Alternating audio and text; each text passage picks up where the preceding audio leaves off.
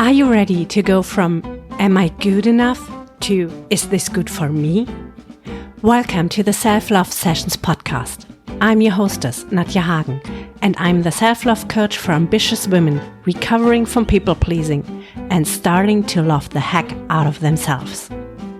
The most important relationship is the one you have with yourself. It sets the tone for all other relationships in your life and your overall quality of life. It's worth cultivating.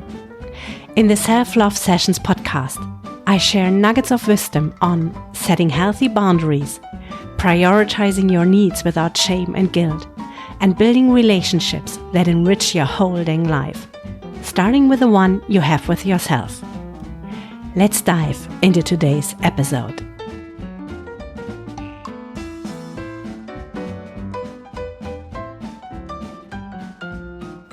Welcome to the first episode of the Self-Love Sessions podcast. I'm so excited to start this journey with you. If you don't know me yet, I'm Nadja Hagen and I'm the self-love coach for ambitious women recovering from people-pleasing. I am a recovering people-pleaser myself, so I know how frustrating it is to take care of everyone except myself. And I know very well that this comes with a price tag that isn't cheap. In our first episode, I want to talk about what is this self-love thing? And there's a good reason that I named the episode exactly the way I did. It's a couple of years ago and I still remember it very clearly. I have talked with my mother about a challenging situation in my life. And during our conversation, she was telling me, you have to love yourself. And I nodded. Yeah, sure, of course, I know this. Everybody knows this. I have to love myself. You have to love yourself. We all need to love ourselves. And mentally, I got the concept of self-love. I know that we need to love ourselves. I know that this is essential. And mentally, I got this concept. I knew that it was important to love myself. I knew that self-love means to love oneself like you love other people. But emotionally and on an embodiment level, I didn't have a single clue what that meant. What is self-love? I knew how it felt when I fell in love with somebody else, when I went through this butterfly and honeymoon phase and the world was turning upside down because I was so much in love. But I also knew that this wasn't the love that was meant by self-love. So I embarked on a journey to find out, what is this self-love thing? What does it actually mean to love oneself? And why is this so important? And for me, it started with the question, how can I love myself when I hate myself so much? How can I love myself when I look in the mirror and I think I'm not beautiful enough? How can I love myself when I think everybody else is better than I am? How can I love myself when I think I'm not skinny enough? How can I love myself when there are so many things that I need to change about myself to be perfect? And perfect meant good enough. What I know now is that nobody is perfect. It's so easy to fall into the trap of the need to be perfect, because perfect is something that is sold to us every single day. And this intensified with the use of social media. The perfect family, always happy, always in harmony and peace. The perfect woman, always in a good mood, always with a light smile on her face, and of course nobody rolls.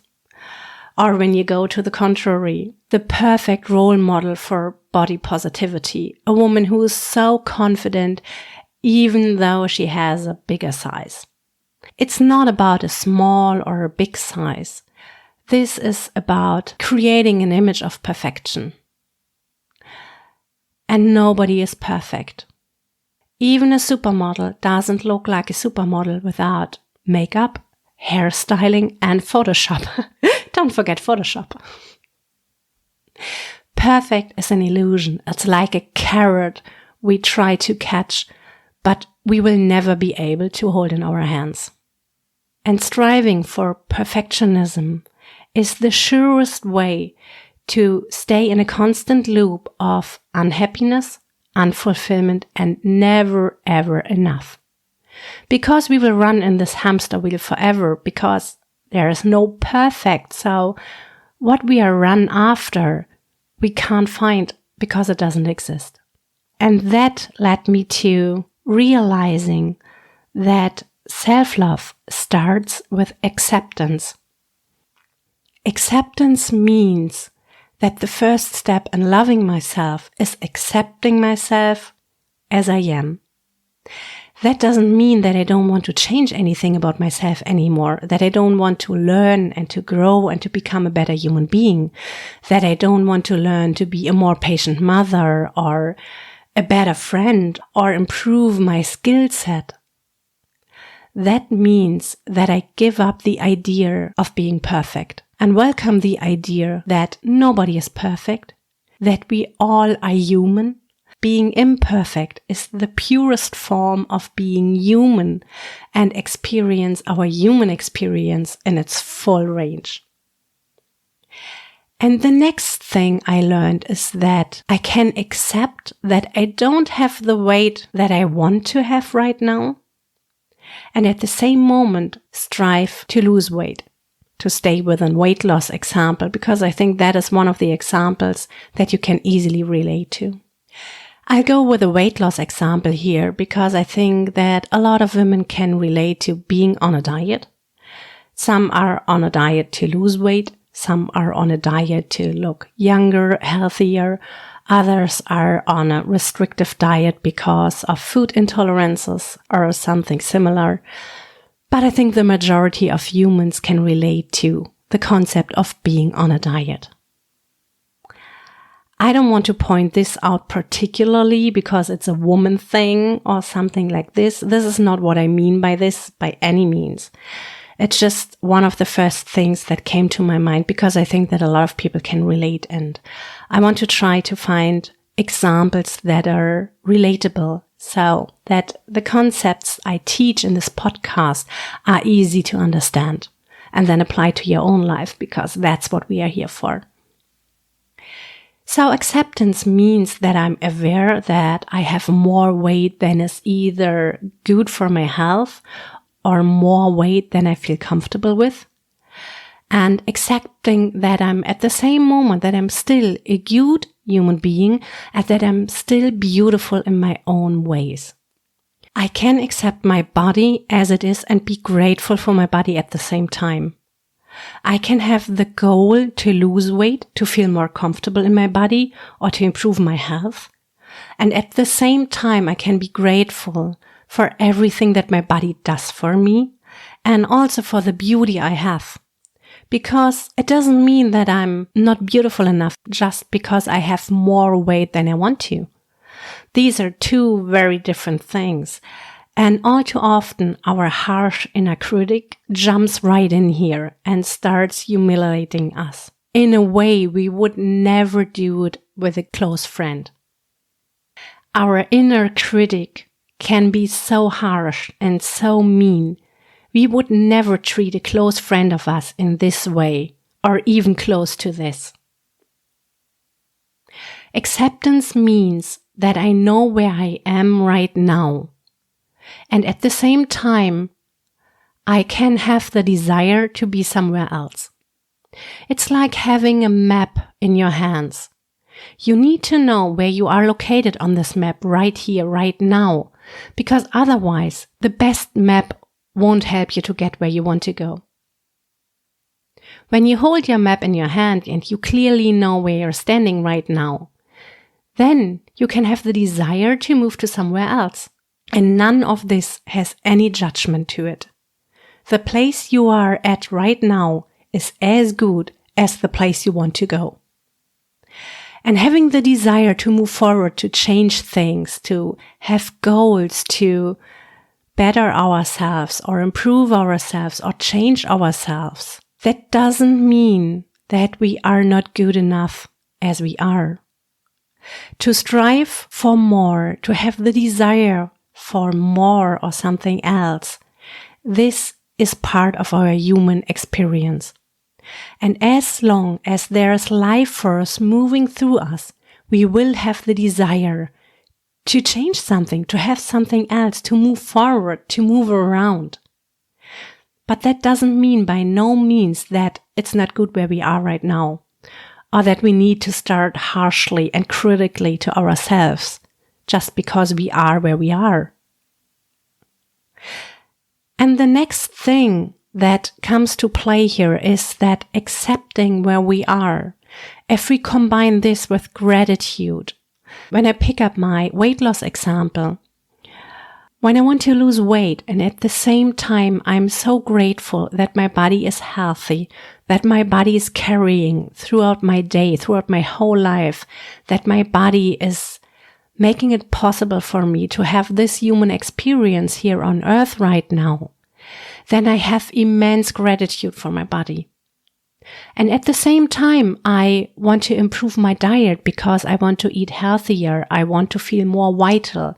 I want to make sure that I stay healthy when I grow older. And that's a beautiful reason to change. There's nothing judgmental, nothing bad about this at all. These are all good and pure intentions. And the moment you move into this energy, the moment you are able to see things as they are, to accept and to be grateful while accepting that you have desires to move and change at the same time, there's peace moving in. And the moment we are peaceful, the moment we feel peace, that's the moment we center within ourselves. And that's where our power lies. If I'm constantly talking mean to myself, telling myself, oh, you will never lose weight, you will never be able to stick to your diet. I mean, seriously, how are my chances of continuously and successfully improving my diet? For me, it was a failure always when I had this approach. But the moment I allow myself to learn and to grow and to not be perfect, every little healthy choice is a better choice than an unhealthy choice. And the moment I act out of this energy, things start to change quickly and I see results much quicker, much easier, and the journey is so much more fun than punishing myself for moving along. How do you feel about this? Can you relate? Understanding that self-love starts with acceptance and also with the acceptance that we have the desire to move and change, and that all this is human, is good, is natural, is healthy, is exactly as it is supposed to be. That in itself was a game changer. Approaching myself with this attitude changed so much. I could finally look myself in the mirror and acknowledge that I'm not the most beautiful woman on earth, and that I'm still beautiful. And I could also acknowledge that there will always be people who say, oh, look at her, she's ugly. And there will always be people who say, look at her, she's so beautiful. And none of this does measure my value or my beauty in any way. Understanding the approach of acceptance and desire liberated me from my constant inner critic, from the need to be perfect, and allowed me to be a human being that is constantly growing, learning, evolving, failing, because that is part of learning and evolution. And failing at something, what is failing anyway? If you fail at something, it means that you just didn't get it right the first time or the second time. And I think it's only failure if you stop trying afterwards and say, okay, I failed at this one. If not, it's just a normal part of learning, a normal part of human evolution and growth, which is beautiful. And this approach changed another thing for me.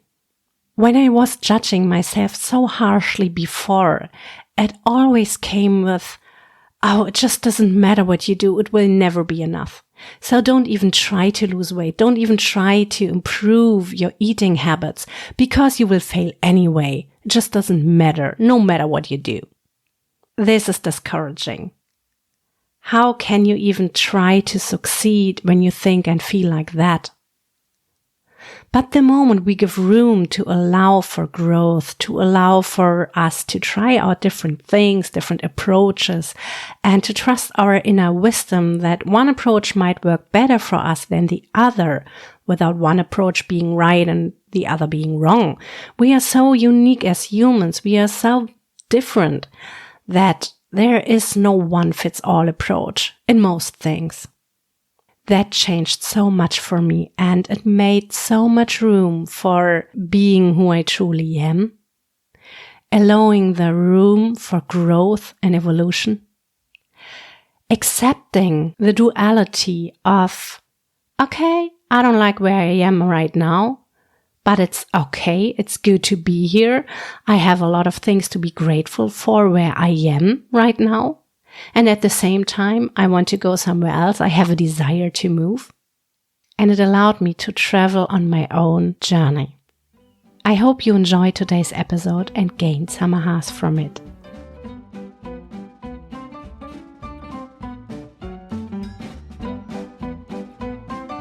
Thank you for listening to today's episode. If you found this valuable, please give a 5-star rating and tell other women that this show is worth listening to. I talk to you in the next episode.